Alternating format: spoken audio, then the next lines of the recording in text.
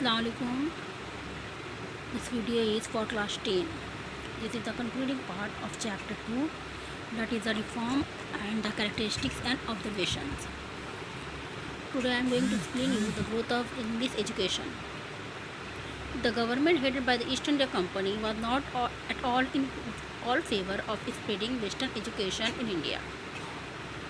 हिंदुस्तान में east India company western education यानी English लाना नहीं चाहते थे. Yet it could not ignore the demand for English education for long. लेकिन इन लोगों का ये चाहत ज़्यादा दिनों तक नहीं रही. As the British rule was firmly established in India, law courts and offices began to be founded. जैसे ही ब्रिटिश रूल पूरे हिंदुस्तान पर काबिज हो गया, यहाँ पर लॉ कोर्ट्स और ऑफिसें बनना स्टार्ट हो गया. British merchant to set up their factories and similar establishment in various places. British merchant लोगों ने यहाँ पर अपना फैक्ट्री और उसके अलावा दूसरे अदारा भी बनाना शुरू कर दिया. Soon it was felt that Indian employees in this British institution should have some knowledge of English. बहुत जल्द उन लोगों को रियलाइज़ हुआ कि उनके कंपनी में जो इंडियन एम्प्लॉय काम कर रहे हैं उन लोगों को इंग्लिश जानना बहुत ज़रूरी है. Middle class Bengalis they are drawn to learning English and acquiring government job after that.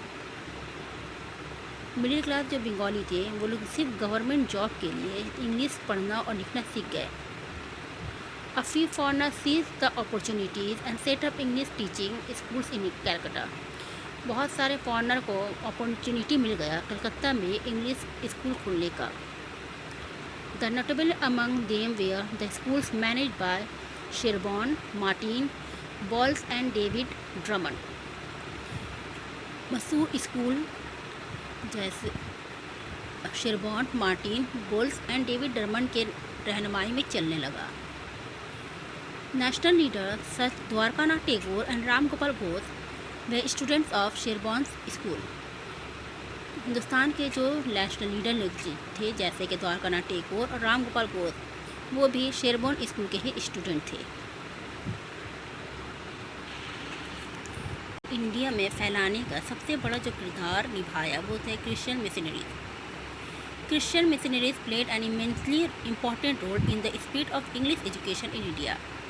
They set up a number of schools to preach Christianity across the country.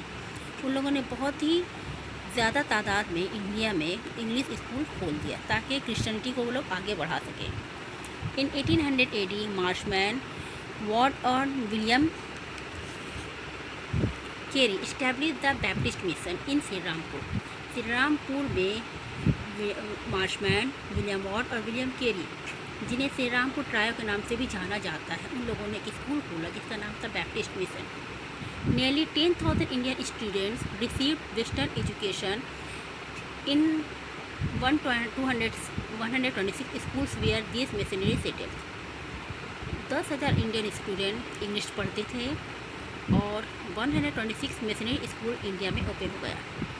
Robert May of the London missionary Society founded an English teaching school in Chinsurah. Later 36 more schools were established at his initiative.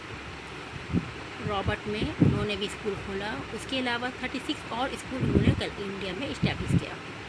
The Serampore Baptist mission, the London missionary society and the church missionary society took the initiative to set up many school in and around, Kolkata, Calcutta and Chinsurah, Burdwan, Berhampore, Kalna, Malda as well as in southern part of India.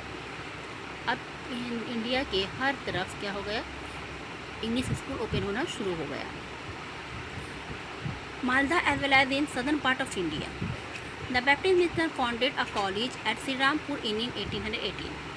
School के अलावा Baptist mission ने एक college भी खोला जो श्रीरामपुर में बनाया गया था 1818 में. Alexander the founder of the Scottish Mission in Bengal, set up several English schools. Notable among them were the General Assembly Institution. Alexander Duff, जो कि स्कॉटिश मिशन इन बंगाल के फाउंडर थे, उन्होंने एक स्कूल, नोटेबल स्कूल बनवाया जिसका नाम क्या था, जनरल असेंबली इंस्टीट्यूशन. आज उस स्कूल का नाम है स्कॉटिश चर्च कॉलेज. 1830 में इस्टेब्लिश किया था.